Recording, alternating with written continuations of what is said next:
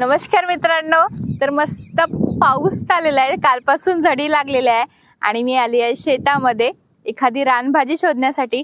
तर मला आघाड्याची भाजी दिसलेली आहे, हे बघा। तर आघाडा या भाजीचं फार असं महत्त्व आहे आणि ही शरीरासाठी पण खूप चांगली भाजी असे म्हणजे याच्यापासून अनेक बिमारांवर इलाज केलेला जातो। जसे की आपल्याला विंचू चावला असेल तर याची मुळी पाण्यामध्ये उगाळून आपल्याला प्यायण्यासाठी देतात, तर विंचूचं पूर्ण विष हे उतरून जाते, मला पण दिलेला आहे। आणि आपली जर दाढ दुखत असेल तर दाढीसाठी पण तोच उपाय करतात, दाढीसाठी हे मूळ याची चावायला देतात। आणि आपला तोंडाचा जर खूप घाण वास येत असेल तर याचा थोडासा पाला जरी चावला तर तुमचा तोंडाचा वास हे बंद होऊन जाते। आणि तसे देवाधर्मापासून याची मान्यता आहे, तुम्हाला माहितच आहे, गणपतीच्या पूजेला आपल्याला हे आवर्जून आणावे लागते आणि हरतालिकेच्या वेळेस आणि होळीच्या वेळेस आपल्याला ही भाजी लागतेच। जर देवाधर्मापासून याची एवढं मान्यता आहे तर ही शरीरासाठी फार उत्तम आहे, तर खायला काही हरकत नाही। जुने लोकांची भाजी आहे ही, आणि माझा एकच शब्द आहे, जुने लोक हे भाजी खायचे म्हणून त्यांचे शरीर हे उत्तम होतं। आता तसं राहिलेलं नाही, कारण की आपली ही संस्कृती फार अशी लोपत चाललेली आहे। त्यामुळे मी तुम्हाला हे सांगत आहे, कारण मी माझ्या आजीकडूनच हे भाज्यांची माहिती काढून घेत आहे आणि तुम्हाला करून पण दाखवत आहे, आणि मी सुद्धा खात आहे, त्याचं मी सुद्धा पालन करत आहे आणि खायला एकदम चविष्ट आहे। तर आता मी ही आघाड्याची भाजी काढून घेते। हे पहा, इथं आहे थोडी, मी बघत जाते धुऱ्याने।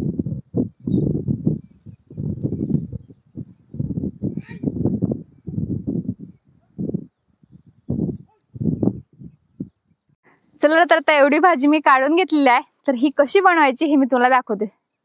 तर ही भाजी मी तोडून घेतली चांगली पानं, तर याला मी चांगलं पाण्यानं धुवून घेते।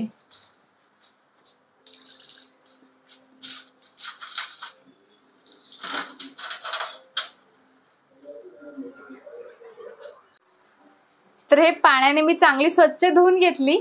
तर आमच्या इकडे बाहेर पाणी चालू आहे खूप, त्यामुळे आता आतमध्ये चूल पेटवली, तर तुम्हाला थोडीशी प्रॉब्लेम येईल, क्लिअरली दिसणार नाही। हे बघा, लाईन पण कमी जास्त होत आहे, तर मी पटकन भाजी बनवून दाखवते तुम्हाला। ही भाजी चिरून घ्यायची मस्त, जास्त बारीकही चिरायची नाही, जास्त जाडसरही ठेवायची नाही।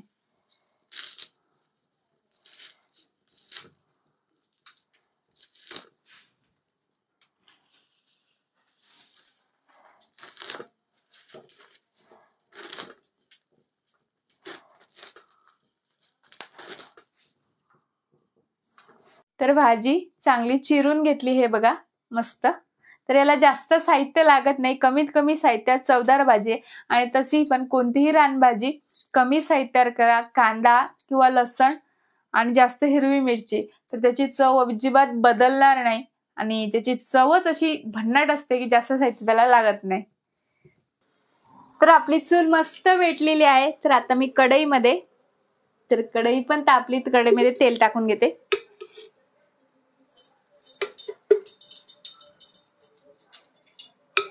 जास्त नाही, साधारणतः 2.5 मापलं मी तेल टाकून घेतलं। तर अर्धा चम्मच याच्यामध्ये मी मोहरी टाकून घेते। आपली मोहरी चांगली तडतडली म्हणजे अर्धा चम्मच टाकायचा जिरा। हे बघा, जिरा मस्त तडतडू द्यायचा। तर नंतर टाकायची हिरवी मिरची, तर हिरवी मिरची मस्त होऊ द्यायची पहिले।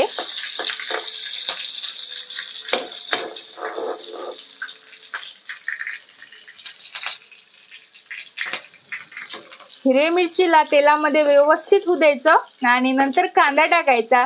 जर तुम्ही कांदा अगोदर टाकला तर हिरवी मिरची होत नाही, त्यामुळे हिरवी मिरची पहिले टाकायची। तर हिरवी मिरची आपली हे बघा व्यवस्थित झालेली आहे। तर आता मी हे बारीक चिरून घेतलेला कांदा टाकते। तर एक सगळा कांदा मी कापून घेतलेला होता।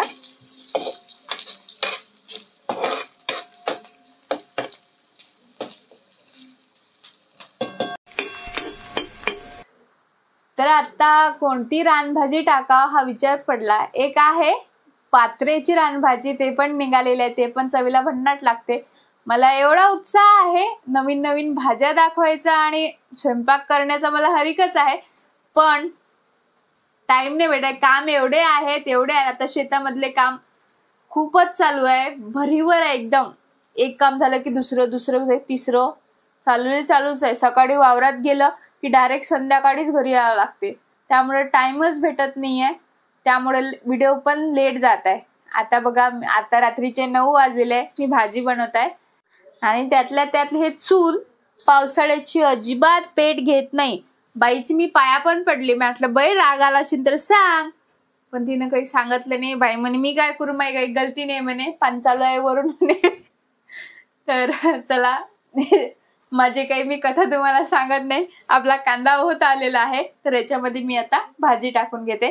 तर हिरव्या भाज्यांमध्ये मी हळदीचा वापर करत नाही रानभाज्यांमध्ये.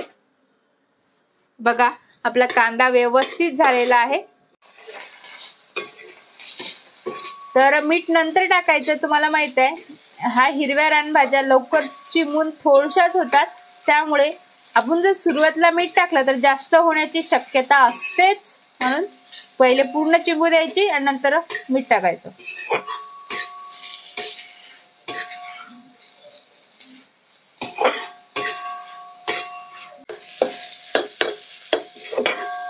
हे बघा, भाजी आपली केवढूशी झालेली आहे.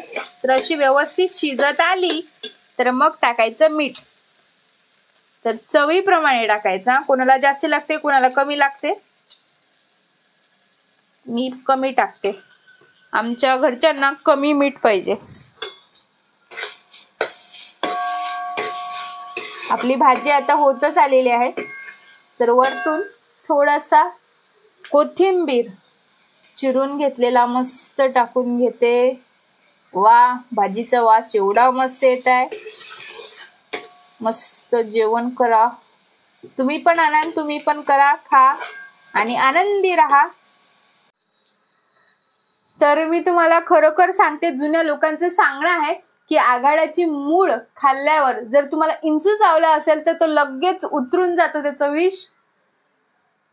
तुम्ही हे उपाय करून बघा आणि खरोखरच त्याने इंचूची हे कमी पडली तर ही भाजी ही उत्तम आहे आपल्या शरीरासाठी, हे समजून घ्या. कारण की आपल्या शरीरात जर ते विष कमी करत असेल तर शरीरासाठी फारच ही उत्तम आहे. माझ्या आजीनं मला 2-3 वेळा सांगितलेलं आहे की या भाजीच्या मुळीमुळे विंचूचा विष उतरते. म्हणून तुम्ही पण कोणाला डसला तर सांगा आणि त्याच्यावर उपाय पण करून बघा. तर आपली आघाड्याची भाजी शिजून तयार झालेली आहे आणि कोणी कोणी खाल्ली हे मला नक्की कमेंट बॉक्स मध्ये सांगा. मी खूप वेळा खाल्ली, मस्त लागते चवीला.